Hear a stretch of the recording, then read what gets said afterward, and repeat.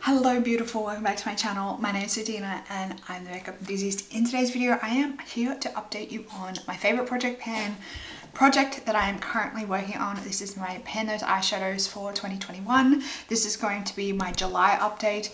This update is coming very late, but still update nonetheless. All that being said, again, we have some exciting news. I have 2 pans again this month. I'm so proud of myself. I am kicking butt when it comes to this project. Here is a photo of the color story that I was working on in July. So if you want to know what products or what pans I managed to hit this month, then let's jump on into it. So we might start off with just the updates and the ones that I'm like, totally failing at. And then we'll get on into the ones that I've actually hit pan on. So let's start. I have my list here, so we may as well start at the top of the list. The first one on the list is my Certified Glisten eyeshadow. This past month, I have used this only an additional 2 times.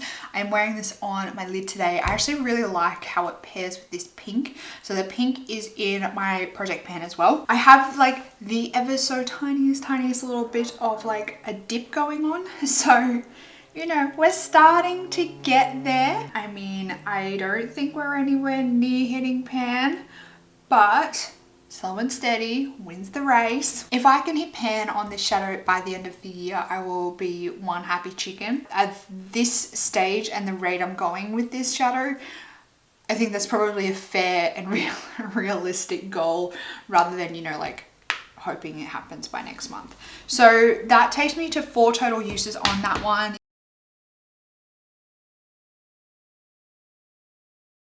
Next is my single eyeshadow. It is the Inglot eyeshadow in 290. I have used this another 5 times this past month. We're starting to get the ever so slightest dip on this right in the center there. You can definitely tell that I have been using it. Hopefully when you guys see the close-up photo, you can actually see what I'm talking about. But when I was looking at it today, and this is the pink color that I have on my outer corner here, I think that maybe if I can at least maybe up it by another 5 uses by the end of next month or by the next update, we might actually really be able to see quite clearly the dip that's going on. And I think that's a realistic goal to make by the next month, for it to be really noticeable to you guys in the photos. That would be really cool.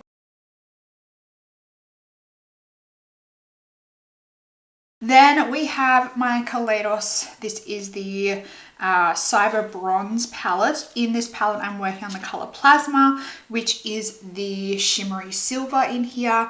I used this an additional 3 times this month, so I've been using this as mainly an inner corner. I top other shadows with this to make it sparkly.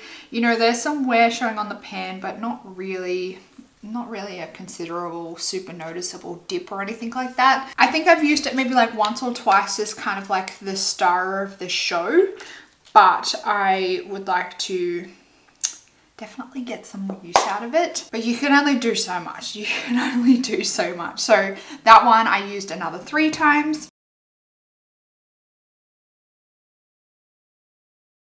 The next one is my Makeup Geek Bitten, and I feel like I've made a heck of a lot of progress on this one. I don't think I'm anywhere near to hitting pan on it. Maybe if I do the same amount of usage again on this one before the next update, I probably will be getting quite close to hitting pan, because I don't know how I managed to do this, but I used this shadow 18 times this past month. So I must have been wearing this basically every single time I was doing my work makeup. I must have worn this pretty much every day I went to work. So that definitely makes sense when I see the size of the dip and the number, it definitely matches up. So yeah, if I can do that again, if I could do that again for maybe another month, that'll take me up to close to 50 uses anyway, which is my prediction of how long it's going to take me to hit pan on this shadow, because all of my Makeup Geek matte shadows that I've been working on so far this year have taken me up around that 50-60 uses to be able to hit pan on.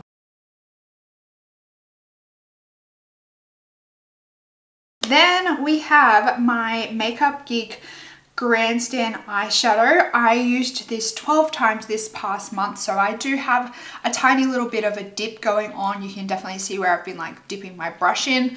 It's nothing exceptional, nothing all that considerable. I was definitely really focusing my attention on my Urban Decay shadow this past month. So this one was basically like second best.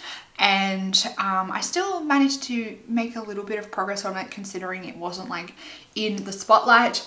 But hopefully the next update will definitely see like a really serious dip going on this one. And like I said last month, I really want to know how long it will take me to hit pan on a Makeup Geek foiled shadow. And I'm excited to see, and I'm hoping that maybe it won't be like really high up. If it's not really high up, then I might try and roll in another few of these before the end of the year in the attempt to try and reach my goal of hitting like a shit ton of pans in my Makeup Geek shadows.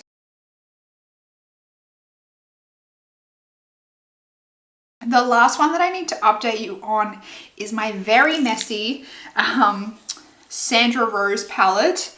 I'm working on the color Petal. I don't want to tip this up too much because this palette is an absolute mess because I have a few broken shadows in here. I've used the color Petal 5 times and I definitely am starting to see the pan is starting to get a little bit neater. It's getting a little bit cleaner.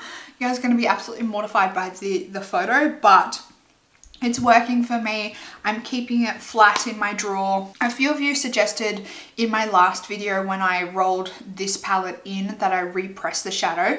And I've actually tried previously, not long after I got this palette, to repress one of the shadows in here. So the color Nectar, I think it arrived broken when I ordered this palette.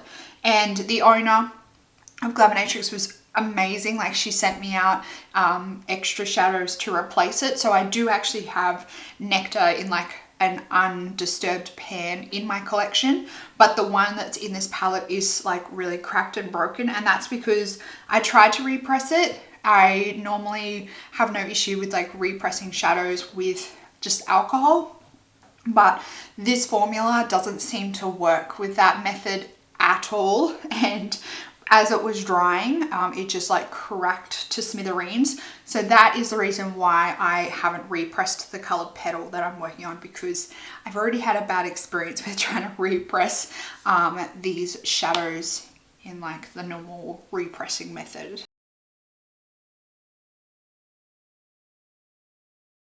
And then last but not least are the 2 shadows that I have hit pan on. So the first one is my single shadow. This is one of the ones that I pick out myself. So I didn't mention at the start of the video, but I normally roulette 5 shadows from my collection. And then I personally myself pick out 3 shadows from my collection that I want to work on. So single shadows generally.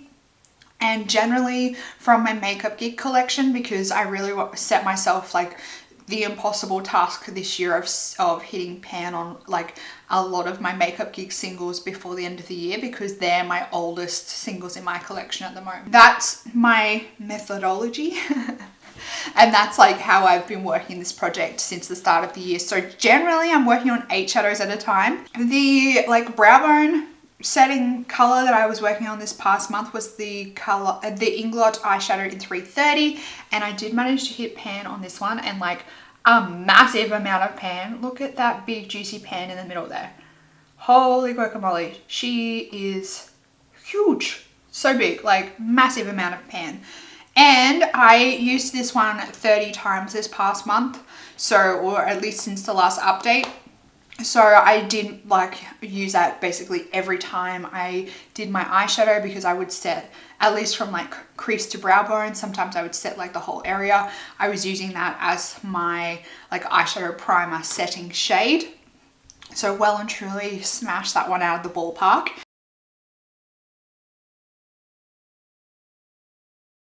And then the last one that I need to update you on is the eyeshadow that I rouletted.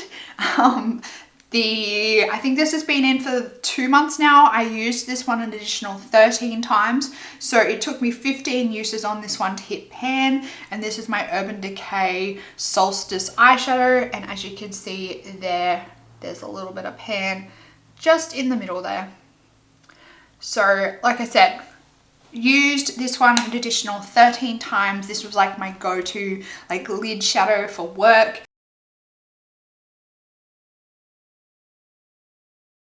That's my update. I need to roulette one shadow and I also need to pick another shadow to replace my brow bone. I probably will grab out like another shadow like this if I can find one in my collection to replace it.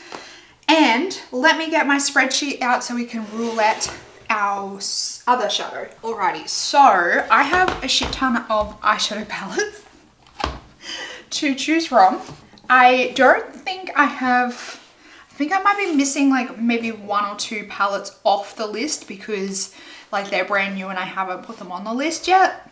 But I always cross my fingers and my toes in the hope that I am going to get like older palettes because I really want to get some use out of my older palettes before I like use my newer palettes. Okay, so I have 126 palette slash single shadows. So any shadows like this that are in like single compacts, I have like listed separately on the spreadsheet. And cross your fingers for me.